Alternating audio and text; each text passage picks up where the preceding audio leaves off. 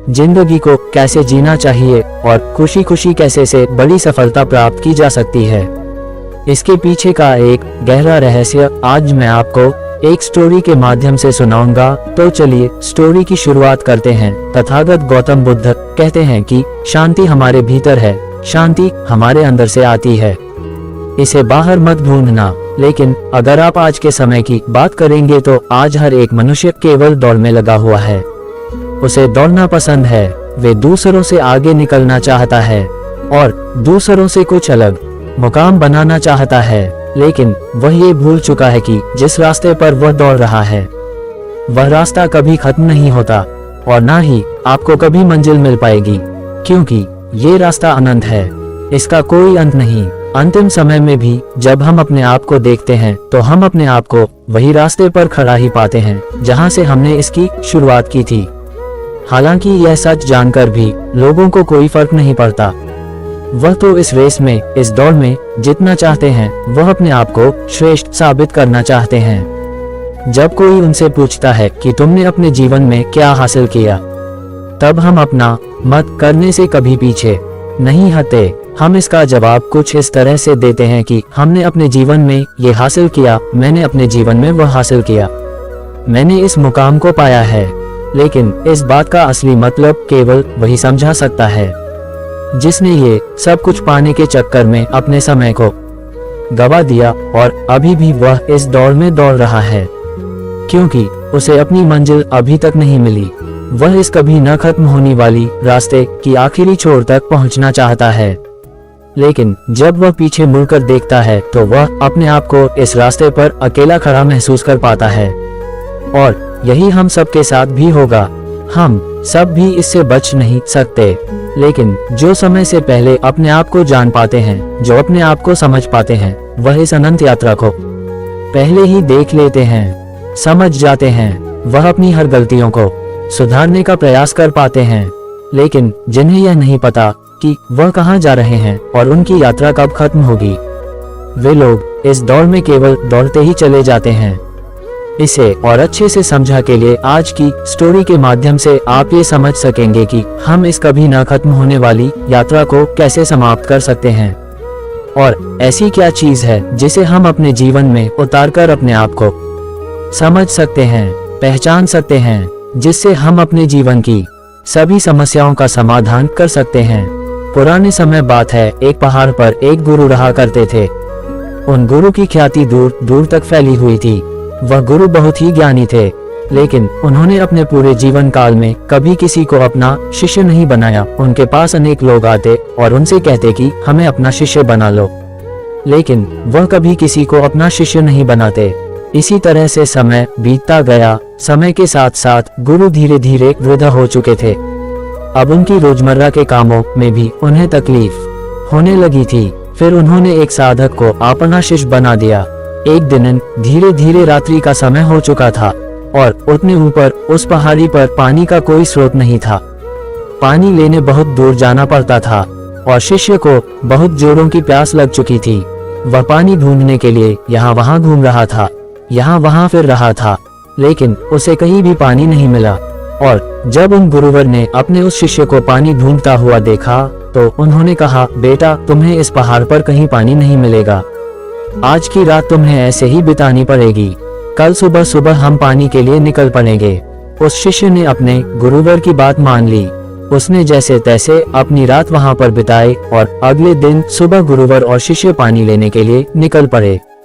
वह दोनों एक कुएं के पास पहुंचे। शिष्य को जोरों की प्यास लगी थी। उसने कुएं से झट से पानी निकाला और फटाफट पी लिया, क्योंकि उसका गला सूखा हुआ था और उसे प्यास भी बहुत जोरों की लगी थी। ये देखकर उन गुरुवर ने अपने शिष्य से कहा, मूर्ख, मुझे भूल गया, तेरे साथ मैं भी तो प्यासा हूँ, क्या मुझे पाने की कोई आवश्यक नहीं। इस पर शिष्य अपने गुरु से माफी मांगता है और कहता है, हे गुरुदेव, मुझे क्षमा कीजिए, मुझे बहुत जोरों की प्यास लगी थी, जिस कारण मुझे आपका ध्यान नहीं आया और मैंने पानी निकालकर खुद ही पहले पी लिया। लेकिन रुक जाइए, मैं अभी आपके लिए पानी लेकर आता हूँ। इतना कहकर उस शिष्य ने एक बार फिर से कुएं से पानी निकाला और गुरुवर को पिलाया। उसके बाद वह शिष्य अपने गुरु से कहता है, हे गुरुवर, आपने कहा था कि आप मुझे कल से ज्ञान देंगे, आप मुझे कल से सिखाएंगे। तभी वह गुरुवर कहते हैं, हाँ मैंने कहा था और मुझे याद है। तभी वह गुरुवर अपने उस शिष्य को कहते हैं कि एक बार फिर से इस कुएं से पानी निकालो। शिष्य ने गुरु की आज्ञा मानी और उसने एक बार कुएं से फिर पानी निकाला। ये देखकर वह गुरुवर अपने उस शिष्य से कहते हैं, अब तुम मुझे ये बताओ कि यह पानी और वह पानी जो तुमने पिया था, इन दोनों में क्या फर्क है, इन दोनों में क्या अंतर है। शिष्य ने अपने गुरुवर की बात बड़ी ध्यानपूर्वक सुनी और उसके बाद अपने हाथ में लिया हुआ वह पानी वह उसे घूर घूर कर देखने लगा, लेकिन उसे कुछ समझ नहीं आ रहा था। उसने कहा, है गुरुवर, यह पानी और वह पानी, इन दोनों में क्या फर्क है? इसे बताने के लिए तो मुझे वह दोनों पानी एक साथ रखना होगा, लेकिन मैं तो वह पानी पी चुका हूँ। अब मैं आपको इन दोनों के बीच का अंतर कैसे बता सकता हूँ?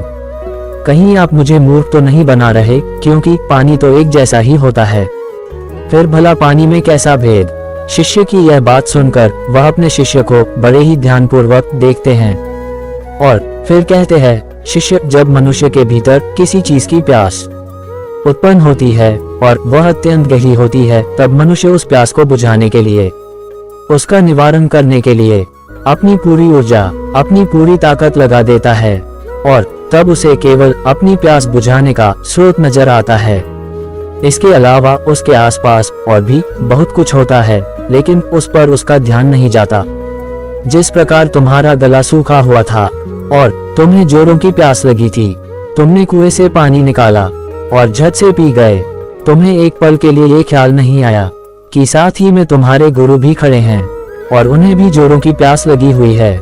जिस प्रकार अभी तुम्हारे हाथ में यह पानी है और तुम्हारे चारों ओर भी बहुत कुछ है, लेकिन पानी भले ही वैसा ही है, इसका रंग, इसका स्वाद बिल्कुल वैसा ही है, लेकिन ये वह पानी नहीं है जिसके लिए तुम्हारे प्राण सूखे जा रहे थे।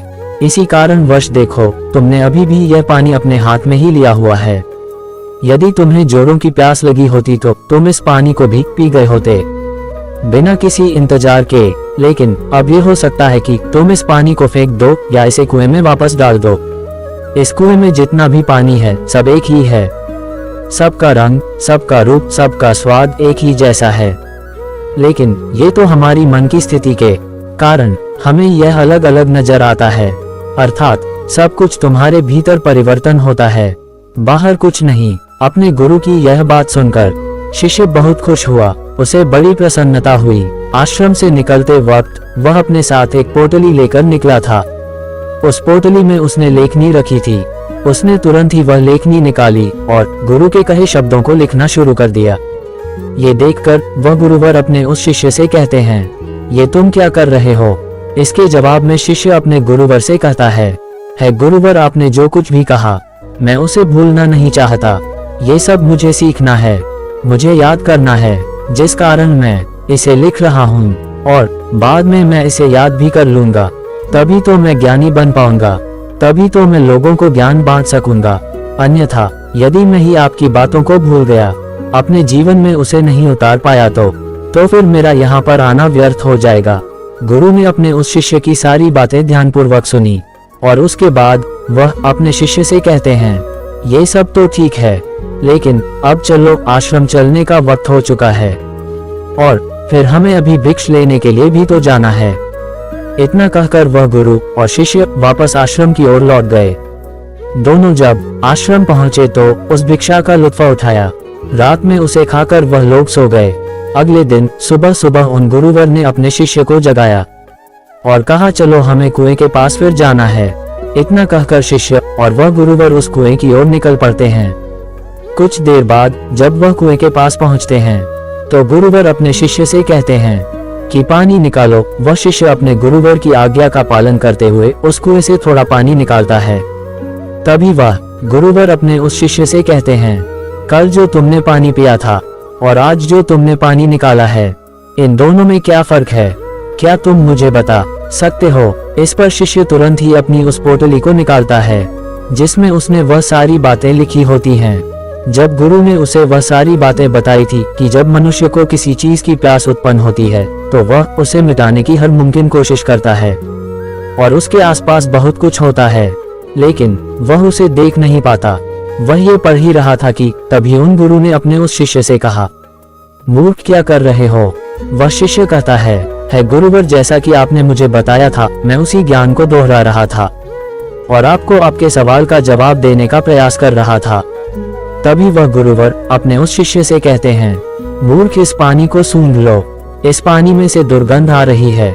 शिष्य ने अपने गुरु की आज्ञा मानी। उसने तुरंत ही उस पानी को सूंघा। उसमें से सचमुच बदबू आ रही थी, मानो वह पानी दूषित हो। तभी वह गुरु कुएं की ओर आगे बढ़ते हैं और कुएं में झांक कर देखते हैं तो उसके अंदर एक जीव मरा पड़ा था। जैसे तैसे उन गुरुवर ने और उस शिष्य ने मिलकर उस जीव को कुएं से बाहर निकाला और उस जानवर की ओर इशारा करते हुए गुरुवर अपने शिष्य से कहते हैं, क्या तुम इसे देख पा रहे हो? इस पर शिष्य कहता है, हाँ गुरुवर, मैं इसे देख पा रहा हूँ। तभी वह गुरुवर कहते हैं, इस पृथ्वी पर जिसने अभी तक जन्म लिया है उसकी मृत्यु निश्चित है। वह एक ना एक दिन मृत्यु को अवश्य प्राप्त होता है। जब एक मनुष्य जन्म लेता है तो उसका जीवन संपूर्ण होता है और मृत्यु शून्य होती है, लेकिन धीरे धीरे जैसे जैसे समय बीतता जाता है, एक एक दिन ढलते जाते हैं, जीवन घटने लगता है और मृत्यु संपूर्ण होती जाती है। किसी की भी मृत्यु यूं ही अचानक नहीं हो जाती। जब कोई भी प्राणी जन्म लेता है तो उसके जन्म से ही यह प्रक्रिया शुरू हो जाती है और अंततः हम हमारी यात्रा जन्म से मृत्यु तक अपना सफर तय कर लेती है। हाँ, यहाँ पर यह जरूर होता है कि किसी के लिए तेज प्रक्रिया होती है और किसी के लिए ये प्रक्रिया धीमी होती है, लेकिन ये प्रक्रिया सभी के लिए काम करती है और सभी को एक ना एक दिन जन्म से लेकर मृत्यु तक का ये सफर तय करना ही पड़ता है। शिष्य ने एक बार फिर से अपनी लेखनी निकाली और गुरु की इन सभी बातों को लिखना शुरू कर दिया। तभी वह गुरु क्रोधित होते हुए उस शिष्य से कहते हैं, ये देखकर वह शिष्य घबरा जाता है और अपने उन गुरुवर से कहता है गुरुवर, मैं तो अभी जवान हूँ और मैं अभी मृत्यु को प्राप्त नहीं होना चाहता, कृपा करके मुझे छोड़ दे। तभी वह गुरुवर अपने उस शिष्य से कहते हैं, बेवकूफ, मैं तुम्हें कुएं में धकेलने नहीं जा रहा, मैं तो ये कह रहा हूँ कि कुएं के चारों ओर एक दीवार खड़ी कर देते हैं जिससे और कोई इस कुएं में ना गिरे, किसी और को व्यर्थ अपनी जान ना गंवानी पड़े। दोनों ने बड़ी मुश्किल के साथ कुछ लकड़ियां इकट्ठा की और कुएं के चारों ओर एक दीवार बना दी जिससे अब उस कुएं के अंदर कोई नहीं गिर सकता था। इतनी मेहनत करने के बाद गुरु और शिष्य वापस आश्रम लौट आए। धीरे धीरे ऐसे ही कई दिन बीत गए। शिष्य अब उन गुरुवर के साथ अपना अधिकांश समय बिताता था, उनका सारा काम करता था। एक दिन उसने देखा कि उसके गुरुवर बहुत प्रसन्न है। तभी वह उन गुरुवर के पास पहुंचा है और अपने उन गुरुवर से कहता है, हे गुरुवर, आज आप बहुत प्रसन्न दिख रहे हैं, क्या मैं आज आपसे कुछ पूछ सकता हूं? तभी वह गुरुवर अपने उस शिष्य से कहते हैं, हाँ अवश्य। तभी शिष्य कहता है, हे गुरुदेव, आप मुझे कोई ऐसा ज्ञान दीजिए जो सबसे बड़ा हो, जिसके आगे मुझे कोई और ज्ञान अर्जित करने की कोई आवश्यकता ना पड़े।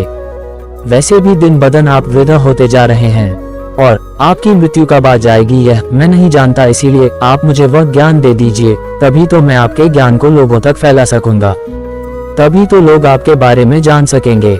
वह अपनी लेखनी लेकर बैठ गया, इस इंतजार में कि गुरुदेव उसे कुछ बताएंगे, कोई ऐसा ज्ञान जो बहुत बड़ा है। लेकिन उन गुरुवर ने अपने उस शिष्य से कुछ नहीं कहा, बस वह चुपचाप बैठ गए। वह काफी देर तक यूं ही मौन रहे और उसके बाद वहां से उठकर चले गए। शिष्य चुपचाप ये सब देख रहा था और जब वह गुरुवर वहां से उठकर चले गए तो उसने लेखनी से लिखा सबसे बड़ा ज्ञान मौन। अगले दिन फिर उसने उन गुरुवर से यही सवाल किया और अब की बार भी गुरुवर ने उसे कोई जवाब नहीं दिया। वह काफी देर तक मौन रहे और फिर वहां से उठकर चले गए। ऐसा करते करते कई दिन बीत गए, दिन से सप्ताह, महीने और लगभग 1 वर्षों के बाद भी उसे केवल एक ही जवाब मिला था, सबसे बड़ा ज्ञान मौन। इसके अलावा उसने लेखनी से और कुछ नहीं लिखा था, क्योंकि वह गुरुवर जब भी इस सवाल को सुनते तो वह मौन हो जाते और अपने उस शिष्य से कुछ ना कहते, जिस कारण वह शिष्य भी हर रोज अपनी लेखनी से केवल एक ही बात लिखता था, सबसे बड़ा ज्ञान मौन। लेकिन अब उसके सब्र का बांध टूटा जा रहा था। एक दिन रात को उसे नींद नहीं आ रही थी, वह यहाँ वहाँ करवटें बदल रहा था। चांदनी रात थी। वह आश्रम से बाहर निकला और बाहर बैठकर यह सोचने लगा कि आखिर गुरुदेव मुझे वह सबसे बड़ा ज्ञान क्यों नहीं दे रहे। क्या वह मुझे देना नहीं चाहते, या मैं अभी इस लायक नहीं हूँ कि उस ज्ञान को समझ सकूं। इस प्रकार उसके मन में हजारों सवाल चल रहे थे। तभी अचानक उसे एक पक्षी की आवाज सुनाई पड़ी। उसका पूरा ध्यान उस पक्षी की आवाज पर चला गया और तब उसने महसूस किया कि चारों ओर हवाएं चल रही थी। पत्तों की सरसराहट की आवाज, ठंडी हवाएं चलने की आवाज, चारों तरफ सन्नाटा छाया हुआ था। वह ये सब महसूस कर पा रहा था। उसने उस सन्नाटे की आवाज को ध्यान से महसूस किया, अपनी आंखें बंद की और बड़े ध्यान से उन आवाजों को सुनने लगा। उसका मन बिल्कुल शांत हो गया और आज पहली बार उसने अपने मन को इतना शांत महसूस किया था। पहली बार वह आनंदित महसूस कर रहा था। वह ये भूल चुका था कि उसे बड़े ज्ञान के बारे में अभी तक उन गुरुवर ने कुछ नहीं बताया। तभी उसने सोचा कि जो आज अनुभव मैंने प्राप्त किया है, इसे मैं अपने गुरुवर को अवश्य बताऊंगा। जिस कारण वह उस अनुभव को लिखने के लिए अपनी लेखनी निकालता है, तभी वह देखता है कि उसने अपने किताब के सारे पन्नों पर केवल एक ही बात लिखी है, सबसे बड़ा ज्ञान मौन। तभी उसे ये भी एहसास हो गया कि वह गुरुवर तो उसे सबसे बड़ा ज्ञान दे रहे थे, लेकिन वही उसे समझ नहीं पा रहा था। सबसे बड़ा ज्ञान तो यही है, लेकिन जो उसने अनुभव किया था, उस अनुभव को वह फिर से महसूस करना चाहता था, जिस कारण वह पूरी रात नहीं सोया और फिर से जाकर वहीं पर बैठ गया और रात भर उन आवाजों का अनुभव करता रहा, शांति को महसूस करता रहा। सुबह हो गई थी। वह सुबह सुबह उठकर अपने गुरुवर के पास आया। गुरु ध्यान में लीन थे। वह चुपचाप वहां पर आया, वहां बैठकर उन्हें शांति से देखता रहा। जब उन गुरुवर ने अपनी आंखें खोली तो अपने उस शिष्य को अपने सामने पाया और वो उसे देखते ही यह समझ चुके थे कि इसे मौन मिल चुका है, इसने शांति का एहसास कर लिया है। गुरु ने अपने शिष्य से कहा, मौन कोई ज्ञान नहीं है, मौन ज्ञान का आधार है और यह हमें वह दिखाने में सक्षम है जिसे हम अपनी आंखों से नहीं देख पाते। बाहर चाहे कितना भी शोर हो, चाहे कितनी भी भीड़ हो, लेकिन भीतर मौन होना ही चाहिए। अपने गुरुवर के मुख से यह बात सुनकर उसने अपनी लेखनी और अपनी पुस्तक गुरु के चरणों में रख दी और उसके बाद से उसने कभी कुछ नहीं लिखा। उसने केवल वह सारी बातें महसूस की और धीरे धीरे एक दिन उसने असली को प्राप्त कर लिया। दोस्तों, हम भी अपने जीवन में जन्म से लेकर अपने अंतिम समय तक कुछ ना कुछ इकट्ठा करने में लगे रहते हैं। जितना कर सकते हैं उतना तो करते ही हैं, लेकिन उसके बावजूद भी हम और अधिक पाना चाहते हैं। हम और अधिक इकट्ठा करना चाहते हैं, जिससे हमारे मन में हमेशा एक अशांति बनी रहती है, जिससे हमारा मन हमेशा विचलित होता रहता है और हम कभी भी एक लक्ष्य की ओर आगे नहीं बढ़ पाते। लेकिन इसके बावजूद भी हम कभी भी अपने आप को एक पल के लिए शांत नहीं होने देना चाहते। एक काम से दूसरा काम, दूसरे से तीसरा, तीसरे से चौथा, इसी प्रकार हम अपना पूरा जीवन यूं ही गवा देते हैं, लेकिन हम कभी भी एक पल के लिए मौन नहीं रहते। इसी कारणवश हम जीवन भर केवल भागते रहते हैं, लेकिन अपने भीतर की उस शांति का अनुभव कभी नहीं कर पाते, जिस कारण हम सब कुछ प्राप्त करके भी कुछ नहीं प्राप्त कर पाते। हमारा जीवन पूरी तरह से व्यस्त हो जाता है। इसलिए दोस्तों, अगर आप भी अपने जीवन में भागते भागते थक चुके हैं, तो एक पल के लिए मौन धारण करें, क्योंकि वह आपको वह ऊर्जा प्रदान करेगा जिससे आप अपने जीवन में एक सही दिशा प्राप्त कर सकेंगे। अपने भीतर झांकने का प्रयास करें। हम में से अधिकांश लोग मौन का व्रत तो अवश्य रखते होंगे, लेकिन केवल यह ऊपरी तौर पर होता है और भीतर की ओर हमारा मन बिल्कुल अशांत रहता है। हमें किसी चीज में चैन नहीं मिलता।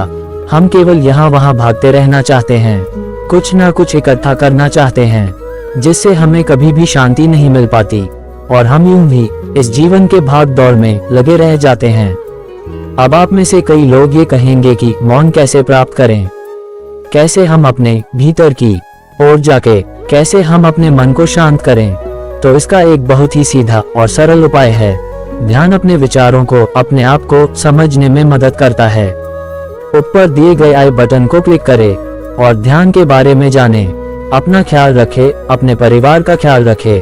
वीडियो अच्छा लगे तो लाइक करें, शेयर करें और हाँ, सब्सक्राइब जरूर करें। एक बात हमेशा याद रखें, आपसे बेहतर आपको कोई और नहीं जान सकता, इसलिए आपसे बेहतर आपका और कोई परिवर्तन नहीं कर सकता। आप जैसा चाहें वैसा अपने आप को बना सकते हैं, इसलिए निरंतर कोशिश करते रहने पर आप मौन को भी अवश्य पालेंगे और अपने जीवन को एक सही दिशा और दशा देने में सक्षम हो पाएंगे। दोस्तों, उम्मीद है कि आपने आज की इस वीडियो से जरूर कुछ न कुछ सीखा होगा। धन्यवाद।